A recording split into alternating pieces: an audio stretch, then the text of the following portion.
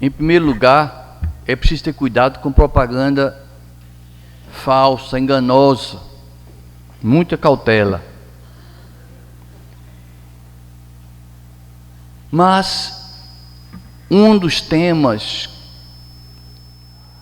que eu mais gostei de abordar foi sobre o casamento, porque eu tenho visto muita gente, até mesmo no meio espírita, está se separando por qualquer coisa. Se casa, em pouco tempo separa, casa de novo, separa de novo, terceiro casamento. E a gente fica a analisar as explicações de Emmanuel, do próprio Chico, da doutrina, da importância do casamento, do matrimônio, a recomendação de que só devemos nos separar em último caso. E a gente vê tanto desamor, desamores que encaminham-se muitas vezes para a tristeza, a depressão. E nós que somos espíritas, que sabemos que a nossa vida não começa aqui pela primeira vez, que nós temos o encadeamento de muitas existências, que nós somos responsáveis pela prole que colocamos no mundo. Então é por isso que nós resolvemos trazer para que todos nós participemos desse raciocínio do casamento versus felicidade. Em primeiro lugar, nós que somos espíritas, sabemos que existem muitos casamentos já programados no mundo espiritual para que a gente não seja feliz. Não seja feliz no seguinte sentido: casamentos programados para que nós enfrentemos dificuldades, que convivamos com algozes, casamentos chamados casamentos provacionais, de prova, de dor. Então esse tipo de casamento necessário, porque lá no plano espiritual, aquele casal pediu a Jesus, pediu a Deus, para voltar e se juntar, uma vez que foram inimigos ferrenhos durante muito tempo, e agora querem se reconciliar, sendo marido e mulher. Quando chegam aqui, esquecem, não se lembram, e dizem: mas o casamento não deu certo, a gente só vive brigando, e vamos nos separar. Se analisar essa possibilidade de que se trata de um casamento de provação,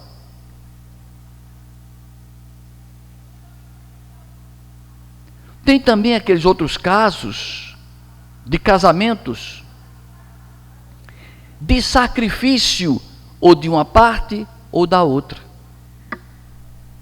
Quem não se lembra do romance Renúncia, em que Alcione, a alma gêmea de Pólux,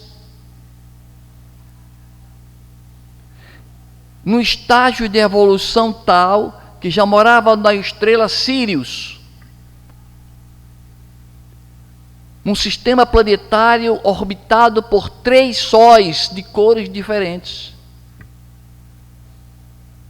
e sua alma gêmea ainda nas trevas, É interessante, é alma gêmea, mas nós somos livres para fazermos o destino que quisermos.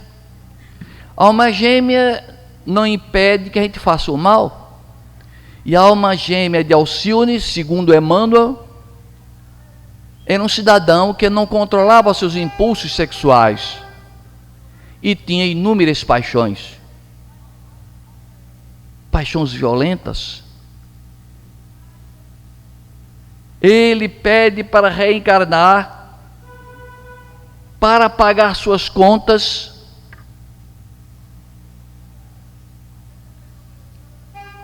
e implora a ela que lhe dê forças, porque ele está temendo falhar mais uma vez.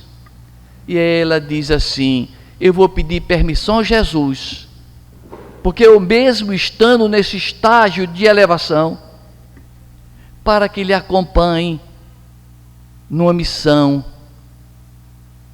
de sacrifício, para que eu dê forças a você. E ele, que tinha uma doença sexual terrível, para controlar seus impulsos, o destino programou de tal forma que ele foi encaminhado a ser padre. Uma vez sendo padre, ele foi forçado ao celibato e com isso a controlar seus impulsos. Mesmo assim, em determinado momento de sua existência, abandonou o hábito. O que queremos dizer é que existem casamentos de sacrifício. Como eu conheço uma amiga nossa que cuida de um marido violento, cachaceiro, que chega em casa derrubando as coisas, vomitando no meio da sala, desmaiando na rua, sendo arrastado pela roupa. E as pessoas dizem para ela: separa-te dele. Mas ela entendeu que veio com a missão de socorrê-lo.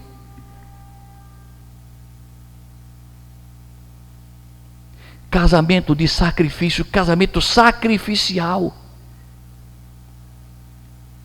Agora nós, espíritas, no primeiro desentendimento vamos separar, porque disse Emmanuel, disse Chico, que na iminência de uma coisa pior, separe-se. Não é bem assim, não. Teve um cidadão, conta as más línguas, que começou a enjoar a esposa e disse: vou me separar, eu não aguento mais. 10 anos de luta assim, ela implica comigo, eu vou fazer uma consulta aos mentores espirituais. Ele era espírita. Chegou lá, era naquele tempo que o médium ficava conversando com o paciente. O mentor espiritual incorporou no médium. Diga, meu irmãozinho, qual é a sua dúvida? Se é que você deve estar sabendo que minha esposa é intragável, é complicada, eu não aguento mais. Eu vim pedir sua opinião. Devo ou não me separar dela? O guia disse: olha, o livre-arbítrio é seu. Agora está programado pela espiritualidade como provação você viver 70 anos com ela. Viveu 15, está faltando ainda 55. Se você se separar agora, você vai completar os 55 na próxima existência. Não, para voltar não, eu pago logo agora. Então a questão é delicada, porquanto nós que pensamos em amor, não sabemos o que é amor. Nós que lutamos por felicidade, não sabemos o que é felicidade. Quem não conhece a história de Sócrates, esse extraordinário filósofo da antiguidade, com 60 anos, inventou de casar com uma menina de 20. Não pode dar certo uma coisa dessa. Impetuosa, chata, não suportava aquele velho que filosofava dia e noite, reclamava dele, aquela confusão. E todo mundo sabia que Xântipa, a esposa de Sócrates, era realmente pedante, de difícil convivência. Contam então que Sócrates, uma vez perguntado o que é que ele achava sobre o casamento, disse: olha, eu aconselho que o homem case. Se encontrar uma mulher de coração bom, vai ser feliz. Agora, se encontrar uma mulher de coração ruim, vai ser filósofo, como eu me tornei. Mas o que vencer é a felicidade? Porque nós buscamos a felicidade de várias maneiras. Uns buscam a felicidade na riqueza, outros na beleza, outros na posição social, outros se equivocam na escolha do noivo, da noiva, do esposo, da esposa, porque veem neles a parte externa, a casca, não observa o conteúdo, que é o essencial. E uma vez envolvido pela fascinação, casam-se sem observar o que o outro tem de valor íntimo. Então, Leonardo Boff, o teólogo católico, uma vez arguído sobre o que era felicidade, como ele entendia ser a felicidade, ele disse que é um equívoco muito grande nosso de colocar a felicidade longe de nós, numa casa à beira do mar, numa chácara, no conforto, na riqueza. Enquanto nós colocarmos a felicidade em coisas exteriores, nós não seremos felizes. Coloca-nos Leonardo Boff. Já o Frei Beto, escritor, orador católico, ele nos dá uma explicação muitíssimo interessante. Ele faz uma distinção entre prazer, alegria e felicidade, que a gente costuma misturar tudo, fazer de tudo isso uma salada. Prazer, alegria e felicidade. O prazer, diz ele, que é aquilo que satisfaz aos nossos sentidos, os nossos 5 sentidos: visão, audição, olfato, paladar e tato.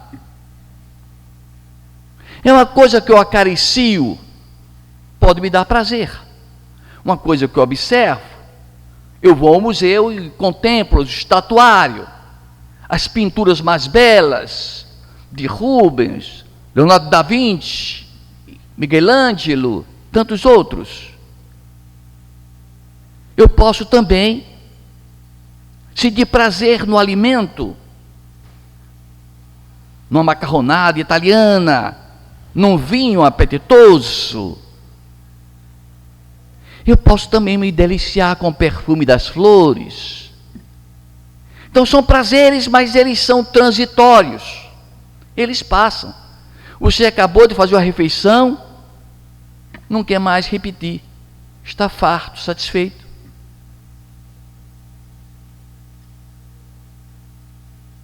A alegria nos dá também uma satisfação temporária. Você recebe uma notícia de que foi promovido. Você recebe aquela notícia com muita alegria. Você se reencontra com um parente, com um amigo, que há muitos anos não vê. É motivo de satisfação. Mas é também transitório. Uma vez convivendo, conversando e botando as conversas em dia, aquela felicidade chamada alegria vai se diluindo e se torna lugar comum. E diz Frei Beto que felicidade é algo tão íntimo, mas tão íntimo na gente, que a gente pode até estar no hospital doente, deitado no leito, tomando remédio, sendo medicado, mas tendo felicidade interior, de paz de consciência, Quem não se lembra de Jerônimo, o grande orador espírita, tetraplégico, que ia fazer palestra em cima de uma cama, conduzido por 2 ou mais pessoas, sem nunca reclamar de suas dores, tendo no rosto um sorriso permanente. E uma jovem perguntou: Jerônimo, você que vive dia e noite neste leito de tanto sofrimento, o que é que você mais teria desejo? O que é que você mais desejaria? Para se sentir feliz? Você não imagina. Eu ficaria tão feliz se pudesse, ao menos por alguns minutos, mexer um pouco as costas para que areje as feridas que já se formaram na minha coluna dorsal. Mexer um pouco para arejar as costas cheias de ferida já deixava-o feliz demais.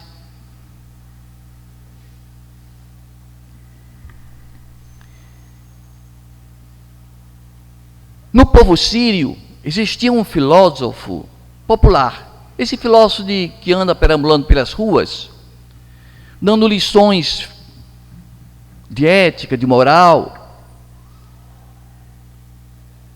conhecido como Narusdim. Já alguns séculos atrás, ele deixou-nos vários exemplos que ele dava para que o povo aprendesse com as lições da própria vida. E um dia, ele deixou a porta de casa aberta, o portão também, e foi para a calçada de sua casa. Era noite, o poste estava com a lâmpada acesa, e ele estava engateando, afastando as folhas, como que estivesse procurando algum objeto que tivesse perdido. E nessa posição de procurando alguma coisa, as pessoas iam passando e diziam: Narusdim está procurando alguma coisa. Passa para lá um, passa para cá outro, até que um se compadeceu e disse: Narusdim, o que estás a fazer? Estou procurando o que? A chave da minha casa. Eu posso também lhe ajudar? Pode. Abaixou-se e começou a procurar também. Depois mais outra pessoa, mais outra pessoa, mais outra pessoa. Quando já tinha umas 5 ou 6 pessoas procurando pela calçada, para frente, para trás, já não tinha mais onde procurar, um teve a ideia de fazer uma pergunta clássica: Narusdim, diga-nos agora, já procuramos tudo, não achamos de jeito nenhum a chave que você diz. Procure se lembrar o último momento que se estava com a chave na mão. O último momento, porque aí dá uma pista. Ah, eu me lembro. Eu estava dentro de casa com a chave. Mas, Narusdim, se estava dentro de casa, o último momento, como é que está procurando lá de fora? Porque aqui é mais claro. Assim é a felicidade. Nós queremos procurar a felicidade onde parece mais claro. Dentro da gente é escuro. É difícil achar a felicidade dentro da gente. Muito complicado. Eu conversando com meu irmão, que é médico homeopata, ele disse que conversando com pacientes, algumas vezes ele comenta sobre questões matrimoniais, e a pessoa lamenta que o amor do casamento está sendo diminuído. E ele diz assim: você não se lembra que no momento tinha tantos lances gostosos, bonitos? Procure voltar isso na memória. Procure ver no outro ou na outra O lado positivo, o lado bom. Todos nós temos dois lados: as virtudes e os defeitos. Procure ver as virtudes. Isso é fundamental, ver as virtudes. Se você vê as virtudes, você deixa o outro feliz. Mas se você começa a criticar, só mostrar defeito, daqui a pouco cria um clima desagradável. Então, o primeiro passo para um casamento feliz é você começar a realçar, a mostrar, a valorizar o outro, a descobrir qualidades que o outro nem sequer percebe. Mas nós não fazemos isso.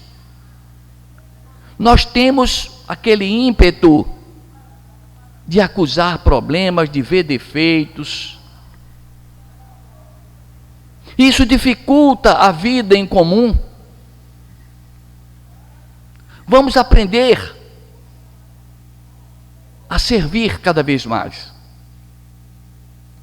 Quem não se lembra de Jesus, quando disse: eu não vim para ser servido, mas eu vim para servir. Se Jesus, que é Jesus, veio para servir, por que nós não servimos? É porque eu estou dizendo isso, porque quantos de nós não se comporta como rei ou rainha, que quer ser servido? É, por um lado, a mulher que quer ser paparicada, como se fosse uma rainha, que quer ter o melhor vestido sem que o marido possa comprar, sem que o casal possa ter dinheiro suficiente para esbanjar tanta roupa, tanto sapato. É o marido que explora a mulher, fazendo dela capacho. Chega em casa, bota os pés em cima do sofá e diz: traz aqui linguiça assada e cerveja para meus amigos assistir o jogo de futebol. Jesus disse o quê? Eu não vim para ser servido, vim para servir. Aprender a servir ao outro. Então, quando o marido começar a servir, ela vai se acanhar e vai retribuir também servindo. Quando ela começar a servir a ele, ele também vai sentir-se incomodado e vai começar a servir também. A troca de favores ampliará o leque de atos generosos de compreensão mútua, assim como a animosidade de parte a parte cria uma guerra entre o casal. E fica muito mais difícil de conviver. Eu estava contando na palestra anterior, lá no Sheila, que eu inventei um dia de aceitar a proposta de meus filhos. Disse: papai, nós queremos fazer uma mesa redonda para discutir nossos problemas. Eu pensava que ia ser uma coisa boa, que nada. 4 filhos me bombardeando com reclamações, com minhas exigências de um pai chato. Eu acho que não me escondi debaixo do tapete porque não deu. Mas eu fiquei chocado porque eu não sabia que tinha tantos comportamentos equivocados, chatos, antipáticos, existências grosseiras. Então, uma coisa a gente tem que aprender: que até a crítica, ela é importante quando a gente quer ser corrigido. Agora, quando é uma crítica pertinaz, quando é a falta de reconhecimento dos valores do outro, aí é doentio.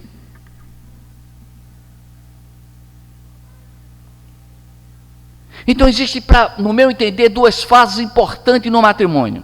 A primeira fase é aquela do elogio. um elogiando ao outro, um servindo ao outro, um fazendo tudo pelo outro, para criar o clima de maior conforto e convivência agradável dos dois. Até que eles estejam tão seguros de si que se amam, que já podem receber as críticas para se ajustarem.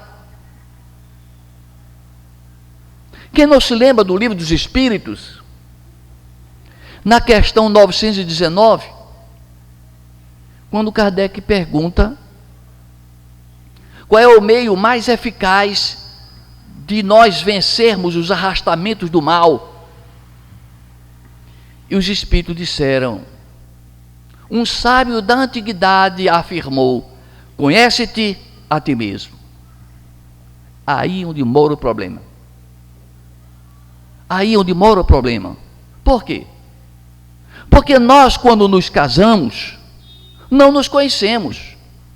Nem eu me conheço, nem ela me conhece. Nenhum dos dois que se casam se conhece efetivamente. Vão se descobrindo no passar dos dias. Podemos até dizer que quem mais nos conhece é nossa mãe, quem nos criou. Ela tem até mais autoridade de dizer: eu sei que você é assim, tem gênio assim, assim, assim. Tem autoridade para reclamar, e porque nos conhece desde o berço. Mas nós não nos conhecemos. Porque se conhecer não é fácil, mesmo porque a gente costuma não se aceitar, ver seus defeitos. Então, o primeiro passo dentro de um casamento legal são os elogios, são as virtudes, são os apoios. Depois de fortalecido esses laços, aí um pode dizer para o outro: querida ou querido, eu queria melhorar. Eu sei que eu estou sendo chato algumas vezes. Qual é meu defeito maior? Em que eu posso ser aperfeiçoado? Se nós fizermos isso, a vida matrimonial será outra. Será outra. A gente melhorará bastante. Porque a gente estará ouvindo que uma crítica que tem o objetivo de que a gente melhore. Mas quando a gente joga uma pilhéria, quando a gente passa em rosto um defeito, um antigo, eu não esqueço não, viu? Há 50 anos atrás. Isso magoa. Por que ficar preso ao passado? Disse um padre num sermão, não sei se foi, não me lembro qual foi o padre que falou, ele dizendo o seguinte, que olhar para trás tem de ser tão poucas vezes e com tão pouca intensidade, que é semelhante a dirigir um carro. O retrovisor é pequenininho, e para frente o para-brisa é grande. Me parece que foi Fábio de Mello que disse isso. O psicólogo Fábio de Mello, que é extraordinário. Então nós temos que olhar mais para frente, para trás, de relance. Esqueçamos o que passou e vamos caminhar para frente. Aí é que a gente vai ganhando os valores, conquistando as qualidades. Eu estava aqui a me lembrar de quando Ariano Suassuna, esse paraibano, que por incrível que pareça, nasceu no Palácio da Redenção em João Pessoa, dentro do palácio. Esse extraordinário paraibano, que já é desencarnado, ele conta, ele é muito interessante, vocês se lembram dele? Ele é uma pessoa muito culta, uma pessoa muito inteligente, uma pessoa que não tem, eu digo não tem no presente, porque ele continua vivo na espiritualidade. Ele não tem, ou pelo menos não tinha fisicamente uma aparência fisionômica agradável, era feio. mais espetacular, coração fantástico. Ele contava que quando chegou uma das vezes para entrar lá no Palácio da Redenção, em João Pessoa, os guardas que estavam na porta disseram: o senhor não pode entrar. Com essas roupas o senhor não pode entrar. Tem de ser com terno, assim. Isso é engraçado. Eu entrei aqui nu, porque eu nasci aqui dentro do palácio. E ninguém fez questão de nada. Quando eu venho vestido, eu não posso. Aí o guarda ficou sem entender, depois explicaram ao guarda que é porque ele tinha nascido dentro do palácio. O parto se deu dentro do Palácio da Redenção. Então ele conta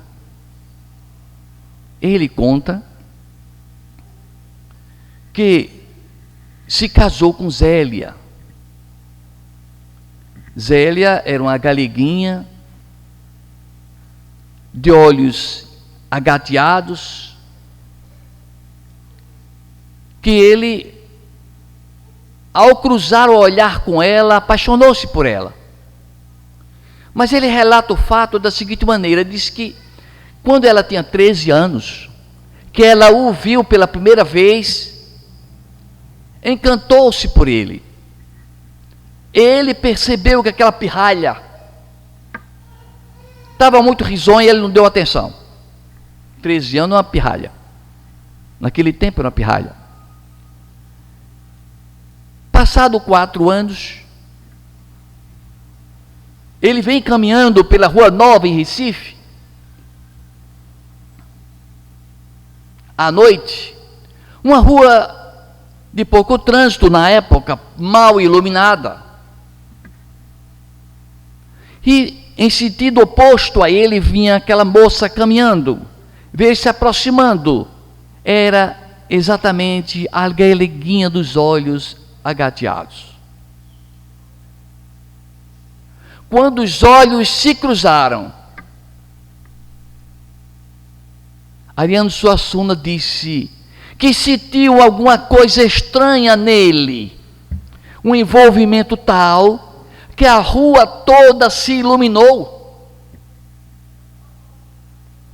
E eu fico a cantar o amor. O amor é isso. O amor é uma coisa que mexe com a gente, que encanta-nos, que fascina-nos, que nos transporta para outras dimensões. Eu não estou falando no amor físico,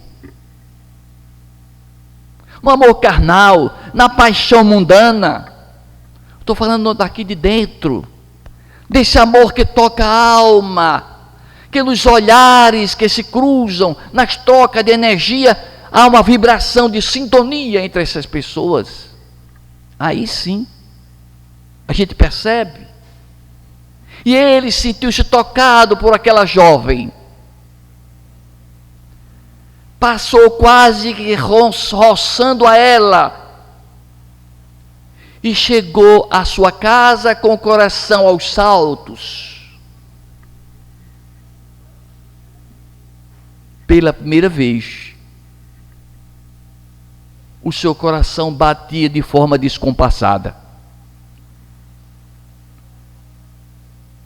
Era um amor à primeira vista. Devia ter parado e perguntado a ela qual era seu nome e seu endereço. Não fez. E agora? Não sabia ele que a espiritualidade nos programa aqui na terra para termos o esposo ou a esposa que merecemos. Por isso que as separações não devem ser ao léu, por qualquer motivo, porque é tudo muito bem planejado. Até nossos filhos são planejados na espiritualidade. Quando nós encontramos alguém, começamos a namorar, fazemos planos, nos afeiçoamos, nos embelezamos por aquela pessoa, efetivamente trata-se de um projeto do plano espiritual.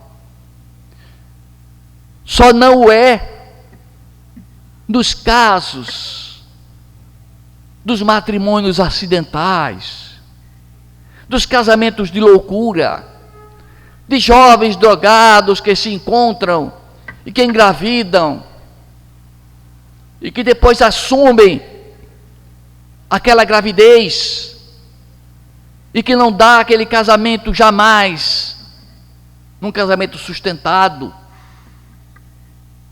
firme, seguro, não tem estrutura para permanecer. Então, às vezes que a gente percebe que tudo foi encaminhado para casarmos-nos com A ou B, é porque o plano espiritual já delineou os traços, e é por isso mesmo que devemos então nos enquadrar naquela classificação do escritor Martins Peralva, quando disse que o casamento pode ser acidental, pode ser provacional, pode ser sacrificial. Ah, mas está dando muito trabalho, é o sacrifício para mim. Você vai ser glorificado perante Deus. Porque se você se casou com aquela pessoa imbuído dos melhores sentimentos, não foi um casamento acidental, provavelmente certo de que foi uma programação da espiritualidade. Não procure fugir. Por isso a espiritualidade pede para que a gente pondere muito antes de tomar uma decisão de separação, deixando filhos ao léu, deixando esposa ao léu, deixando pessoas sem estrutura psicológica, carentes do amor e do afeto, às vezes psicologicamente incompleta, e às vezes que se atira às drogas, aos vícios ou ao suicídio, e a gente vai carregar em nós a consciência de que foi cúmplice de crimes dolorosos. A doutrina espírita não é contra a separação, não. Se quiser separar, pode separar. Não proíbe nada, mas explica-nos tudo. As nossas responsabilidades são imensas e grandes. Ninguém imagina, ninguém discute que tudo é planejado por Deus. Não é por acaso que nós nos encontramos com alguém e nos afeiçoamos à primeira vista.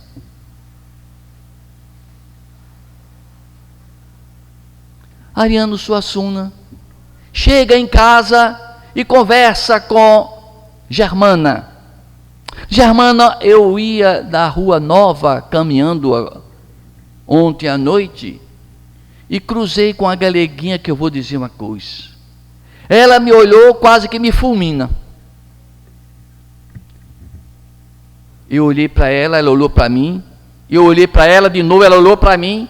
Ela com aquele olhar de alma pedindo reza. Eu pensei, mas não disse nada. Ela estava realmente embelezada por mim. Deixe de ser galanteador. Você tem beleza para conquistar assim. Passaram-se os dias e Germana disse: vem cá. Lá no trabalho meu, uma colega minha de trabalho disse que a irmã dela, se chama Zélia, é a galeguinha que viu você na Rua Nova. Está apaixonada por você. E os dois se encontraram. E os dois se casaram. No dia de Reis, dia 6 de janeiro de 1948. O romantismo em Ariano Suassuna. O romantismo em nós. Façamos de nossa vida romantismo. Essa história de que passou os dias, foram se passando e tornou-se lugar comum, culpa nossa. Alimentemos o namoro, o carinho, a troca de presentes. Vamos incentivar o afeto mútuo. Vamos fazer com que cada um dê o melhor de si, para que o casamento vingue, floresça, cresça, revigore-se, e a prole que crie, veja nos pais o exemplo vivo de um exemplo de um lar. Queridos amigos e irmãos nossos, a vida continua. A doutrina espírita veio abrir nossos olhos, mas abrir nossos corações compete a nós. Nós precisamos nos abrir às realidades eternas, a aceitar as luzes magníficas do Mestre Jesus, os esclarecimentos da doutrina que nos encaminha para o bem, mas que não nos obriga a seguir uma trilha cega, porque nos permitiu Deus o livre arbítrio, a liberdade plena no agir. Amemo-nos uns aos outros. Amai-vos uns aos outros como eu vos amei. Foi a recomendação de Jesus. E se nós não aprendemos a amar os que moram dentro do mesmo teto, como amaremos os outros que moram longe de nós? Que Deus nos ampare hoje e sempre.